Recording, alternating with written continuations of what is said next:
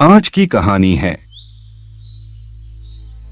राजा और हंस की कहानी। बहुत समय पहले एक राजा हुआ करता था जिसका नाम चित्ररथ था। उसके राज्य में एक बहुत बड़ा तालाब था। तालाब के चारों तरफ सुंदर फूल और वृक्ष लगे हुए थे। तालाब में रहने के बदले सभी हंस अपने स्वर्ण पंख उस राज्य के राजा को दे देते थे। इस प्रकार राजा को भी हर 6 माह में बहुत से स्वर्ण पंख मिल जाते थे। एक दिन उस तालाब में कहीं से एक बड़ा पक्षी आ गया और हंसों के बीच रहने लगा। हंसों को यह बात अच्छी नहीं लगी। हंसों का राजा उस बड़े पक्षी के पास गया और बोला, हम इस तालाब में बहुत समय से रह रहे हैं और इस तालाब में रहने के बदले इस राज्य के राजा को स्वर्ण पंख भी देते हैं।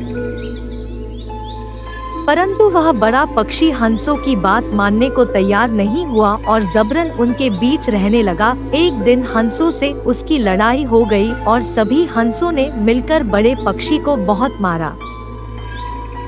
बड़ा पक्षी फिर भी तालाब छोड़ने को तैयार नहीं हुआ और राजा के पास जाकर सभी हंसों की शिकायत करते हुए बोला, महाराज, यह हंस इस तालाब में किसी और को नहीं रहने देते और तो और आपसे भी नहीं डरते।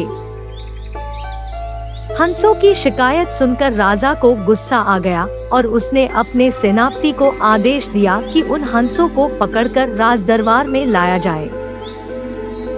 सेनापति सैनिकों की टुकड़ी लेकर जब तालाब के पास पहुंचा तो सैनिकों के आक्रामक तेवर देखकर हंसों का राजा सब समझ गया और अपने साथी हंसों को लेकर दूसरे राज्य के तालाब में चला गया। इस प्रकार शरण में आए हुए हंसों को दुत्कार कर राजा को उनसे प्राप्त होने वाले स्वर्ण पंखों से भी हाथ धोना पड़ा। शिक्षा। राजा और हंस की कहानी से हमें शिक्षा मिलती है कि शरणागत को कभी दुत्कारना नहीं चाहिए।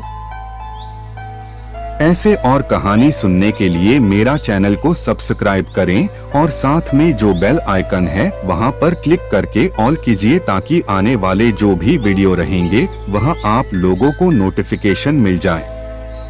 धन्यवाद।